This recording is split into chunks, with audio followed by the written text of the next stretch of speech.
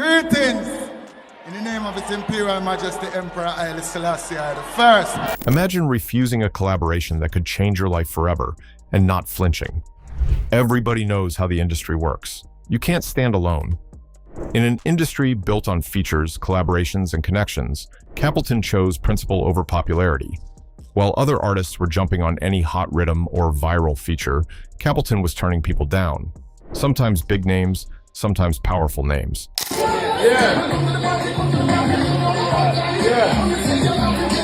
Not because he couldn't benefit, but because he wouldn't bend.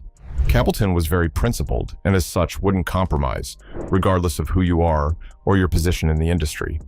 By the end of this video, you'll be able to recognize 7 artists Capleton refused to work with, and more importantly, why. There's so much to unravel, you don't want to miss it for anything.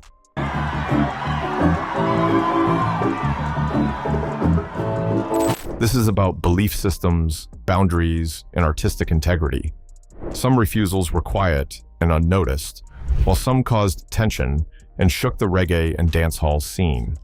Soon, you'll understand why Capleton is respected, even by people who don't agree with him. Pay close attention, as the stories you might know might just be half of the entire truth. Who is Capleton? Clifton. George Bailey III, better known by his stage name Capleton, is a Jamaican reggae and dancehall musician. He is also referred to as King Shango, King David, the Fireman, and the Prophet. He has a record label called David House Productions and is known for his Rastafari views expressed in his songs. Oi, them not bad like the lion. Them not bad like... Capleton the Prophet made it his mission to use his lyrics instead to address social issues and educate his youthful audience in Rastafarian spirituality. With such hits as Stay Far From Trouble, More Prophet, Who Dem, Ready When You Ready, and Look Good in Her Clothes, Capleton has spread the Rastafari message while establishing himself as a leading dancehall reggae vocalist.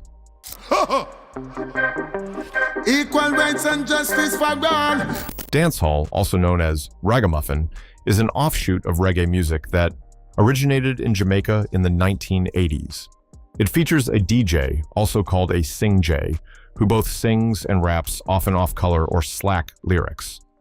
The rhythms, played by drum machines, are somewhat faster than those of reggae. Dancehall and its rapid-fire lyrical style found its way into the 1990s gangster rap. What happened between Capleton and these artists? Starting strong, we have Vybz Kartel. Vybz Kartel is a Jamaican dancehall artist and a pioneer of the Portmore Empire and slack dancehall. Most people are not surprised as to why he never collaborated with Capleton. Capleton and Vybz Kartel have existed in the same industry for decades, yet never collaborated. This is because their philosophies sit on opposite ends of the spectrum. Kartel is the antithesis of the conscious reggae movement. Go for your sun tan inna the summer sun. If you want bleach, go back home. Vybz Kartel's brand has long centered on explicit sexual dominance, shock value, street realism without spiritual framing, and controversy as visibility, which Capleton clearly frowns at. In 2004, Kartel's nomination for the UK MOBO Awards was withdrawn due to controversy surrounding the homophobic content of his lyrics.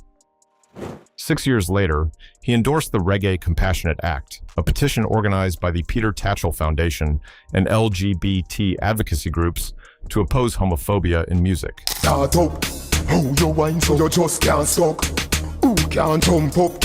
Capleton, on the other hand, preaches Rastafarian morality, African consciousness, spiritual discipline, and purification through fire. Capleton is not necessarily after the talent, but alignment. He loves to work with people with similar beliefs, values, and ideologies as himself. As a result, he consistently distanced himself from artists whose work normalizes what he sees as moral decay. He faced a series of backlash and protests over some of his songs that encourage violence against gays and lesbians. On several occasions, his performance was canceled as a result of his anti-gay beliefs. Capleton said he didn't advocate for violence against homosexuals, but told the Santa Cruz Sentinel in a telephone interview that homosexuality is against humanity. It is against your father, your mother, and against yourself. Kartel's songs, especially during his most dominant years, conflicted directly with Capleton's worldview, and ever since, he ruled Kartel out. Your edge, seatbelt, gone up. Can't believe when your free school fee gone up. Education and A collaboration from these two would break the internet, keep tongues wagging, and keep fans on their toes. But Capleton would never do it. It would mean standing in the same space with a message he constantly rejects and preaches against. At number 2, we have Benny Man. Beanie Man is a dancehall legend who carries decades of weight that can't be debated on. He was a child star before most artists even came to the limelight. By the late 80s and 90s, he had become very popular and was one of the forces in Jamaican music. But stylistically and ideologically, Beanie Man and Capleton were different. They didn't really get along. Beanie Man embraced party, culture, slackness as performance, and entertainment-first messaging, while Capleton moved in the opposite direction with spiritual militancy, moral urgency, and music as correction, not escape.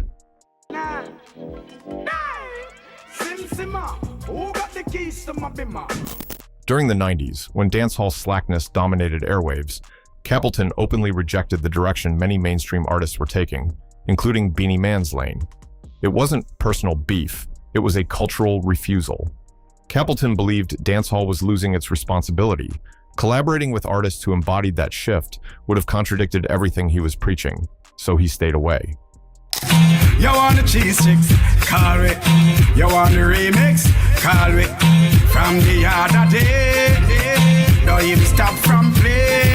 Again, Capleton believed Benny Man benefited from the favoritism in the industry. Opportunities and connections came to him easily, while he had to fight and work twice as hard to get what Benny Man got on a platter. What started as a quiet frustration soon developed into a full-blown war of words. It turned confrontational, with raw anger in their voices. Listeners got to understand that it was a feud of bottled-up feelings. You know what get under my skin? Selfishness. I mean, I like people who are too full of themselves. Both artists exchanged sharp comments during interviews, and their arguments reached a climax during a heated argument. It didn't even end there. Wherever they found themselves, tension followed. So much so that even when they crossed paths abroad, the heat was felt. I don't understand, man, to keep that to himself. My love, I'm not call for chasing anything, I'm call for talk to the fans and the people. It was later explained that it was rooted in ego, misunderstanding, and professional jealousy. Both artists were big and represented different paths within the dance hall, and nobody was willing to back down. If you think the clash between Capleton and Benny Man was intense and confrontational, you should see the next artist on our list. Bunny Wailer. Bunny Wailer is not just one of the all-time legends of music, but one of the biggest champions of the Rastafarian faith, and a typical definition of a no-nonsense person. Though he was the youngest and smallest in stature, he was the most feared among the Wailers. Bunny Wailer challenged and questioned the legitimacy of Capleton, who was not just a reggae artist, but an aggressive and militant member of the new generation of Jamaican artists, and one who championed Rastafari at every given opportunity. 1960s. Performing at a show in Montego Bay in March 2000. It was baffling to the huge crowd at the Reggae Kings in Action Festival held in March 2000 at Montego Bay. It left everyone present rather confused. Everybody knew that Capleton was by the new millennium, a frontline general of the conscious reggae movement called Rasa Renaissance, which was a musical revolutionary movement dedicated to dragging reggae back from slackness to its more conscious origin, with people like Buju Banton Luciano and Sizzla. Capleton has since stood for the Rastafarian community and has been putting out conscious tunes since the release of his album Good Souls in 1994. He was even criticized for spreading hate against gays and lesbians. So, Capleton was hardly a guy you would call fake. After we sang the first song, I said to him, let's do Simmer Down. Bunny boldly said that Capleton was the same guy who performed the song Bumble Red, which was so slack that it had been banned from the airwaves, therefore tagging Capleton a fake holy man in disguise just to exploit the faith and use it to gain respect, fame, and money rather than a sincere spiritual awakening. He ended his speech by saying, Rastafari is no joke, and everybody knew who he was referring to. Bunny's words were harsh, reflecting decades of experience and a lack of tolerance for anyone misrepresenting the Rastafari culture. It was a major slap to Capleton's face.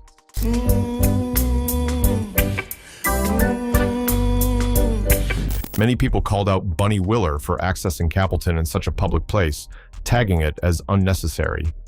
Years later, Bunny Wailer changed his mind about everything he said and realized that Capleton was for real. By this time, Capleton had already made up his mind about Bunny. He decided never to have any form of collaboration or performance with Bunny Wailer, especially not after humiliating him in front of over 2,000 people. At number 4, we have Bounty Killer.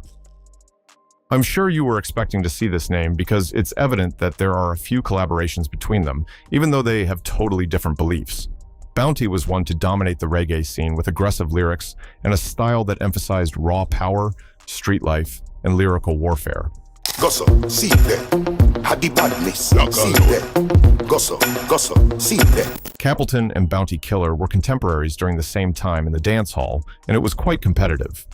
Their paths crossed several times during events, awards, and outings alike, but their collaborations were far apart. According to Capleton, their clash had nothing to do with music, but one of values and belief systems, which Capleton upholds so dearly. Similar to Beanie Man, Bounty Killer represents a different faction of dancehall that has historically clashed with Capleton's prophet image. Teacher, I mean, know the cake soap with bleach. Me no know that man there. Alright, a black cartel me bringing him. Capleton and Bounty Killer have grown to respect each other in the industry, but Bounty Killer's identity was built around gun, samas, talk, street militancy, lyrical aggression grounded in violence, which was sending the wrong message to the younger generation who loved to listen to his music. Capleton's militancy, on the other hand, was spiritual, not street-based. To Capleton, gun lyrics without moral framing glorified destruction rather than resistance, and it undermined the lessons and teachings the Rastafari community stood for. He often preached that liberation without consciousness only recreates Babylon in another form. Capleton and Bounty Killer stood on different battlegrounds, which was not the first of its kind. Despite their competitive history, something iconic happened in 2021. They both collaborated on DJ Khaled's Where You Come From, alongside Buju Banton. Up till today, Capleton and Bounty Killer are still very active in the industry, attending the same events, but after they worked together on DJ Khaled's The Streets Know My Name in 2022, there hasn't been any other collaboration, and there's no sign of any. They respect each other, but it's best to keep their distance. The next artist on our list comes with the drama and the spice. Number 5, chaotic, low-budget, trendy artists. This is not a specific name, but a group of people. Capleton decided to stay away from attention and chase alignment. This is a part of Capleton that gets rarely talked about because it isn't flashy and doesn't have a headline. He refused big and controversial collaborations with the ones who rise fast, make hits, and disappear almost immediately.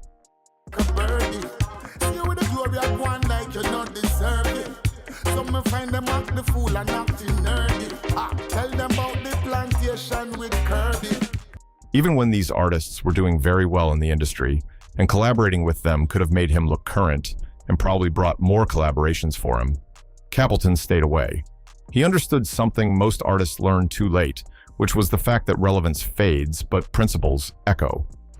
This is why you rarely see Capleton on gimmick-driven riddims or viral collaborations. He doesn't need the algorithm. He trusts time and his values, and time has rewarded him. With no funky pose. She not in a nut no with no sucking on no toes. She not in a nut no with no head on the clothes. It clearly wasn't about money, but understanding cycles. In reggae and dancehall, there's always a cycle. An artist drops one shocking song, it goes viral, the visuals are catchy, but messy, the lyrics are loud, the energy is contagious, but it only lasts for a moment, when everyone is paying attention. Capleton never chased that moment. For him, chaos isn't creativity, it's pure distraction and unnecessary attention. He believes music carries energy, and collaboration is an exchange of that energy, so he wouldn't exchange his energy for what's trendy at the moment. Accepted, or maybe it's not growing internationally. No, that's the wrong concept, you know? To Capleton, working with artists who thrive on controversy, unstable branding, or attention-driven behavior would weaken the discipline he spent decades building. The firm structure, intentional lyrics, ritualistic performance, and consistent message he has been known for all these years. Reggae music, reggae more than international. I must say reggae go on the globe, you know? Yeah. From observations, low budget, Trending artists often lack that foundation. Not because they're not talented, but because they're rushing. No long-term vision, no responsibility to culture, just urgency to trend and be seen in the moment. And Capleton refuses to be in such spaces where the message gets lost in the noise. Equal rights and justice for all. Rise and never fall. So what they gonna do? Why not for them the truth? While many chaotic stars burned out, Capleton remained steady, uncompromised, and unmistakably himself because he chose what he wanted and stood by it.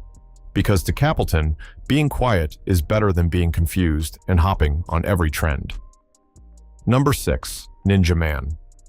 Now let's talk about Ninja Man, because this separation wasn't accidental and it wasn't subtle.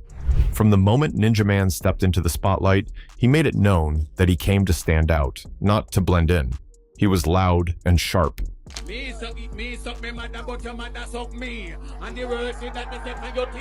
You can't preach righteousness on one track and preach war on the very next track. Ninja Man represented a raw, unfiltered era of dancehall. His lyrics were aggressive and slackness was at its peak. He was like an actor on stage, using facial expression, body movement, and sharp talk to control the crowd, which made him controversial. Capleton represented the opposite. Where Ninja Man leaned into controversy, Capleton leaned into correction. Where Ninja Man thrived on lyrical combat and provocation, Capleton focused on spiritual warfare and moral reform. And that difference mattered a lot.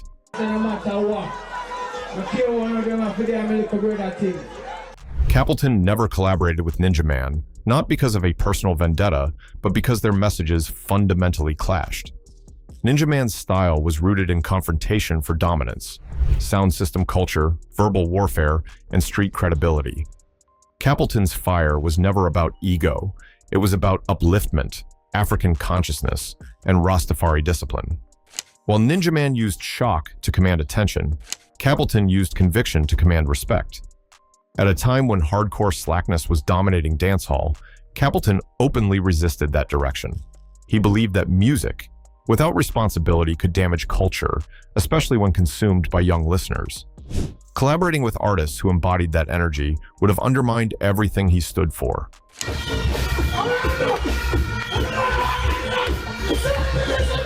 Even when Ninja Man became very visible and prominent, commanding stages, clashes, and headlines, Capleton chose distance.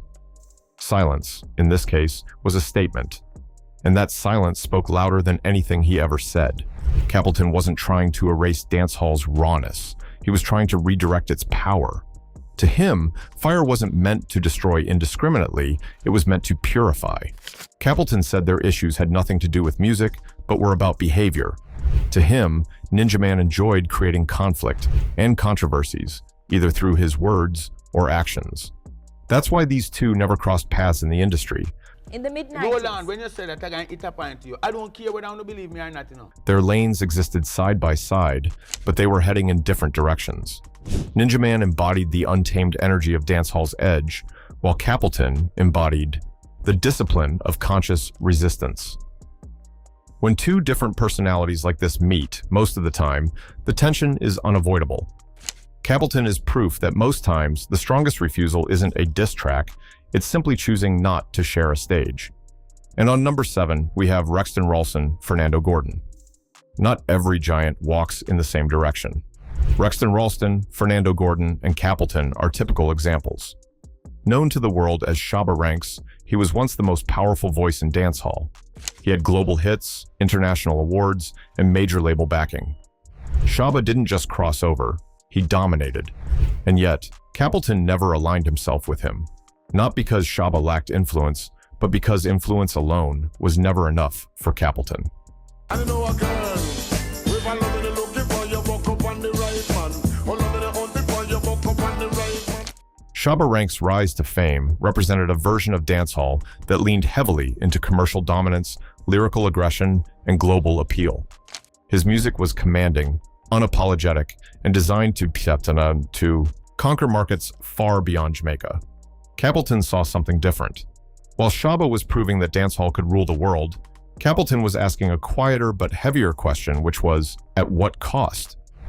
Capleton's Rastafarian worldview placed strict boundaries around message, morality, and representation. He believed music wasn't just about who listens, but the message your lyrics convey. Collaborating with Shaba would have meant standing beside a lyrical style that Capleton felt emphasized power without spiritual grounding. Yes, people in South Sudan, especially youths, remember. According to Capleton, global success should not dictate cultural direction. Where Shaba's music projected dominance, Capleton's music demanded consciousness.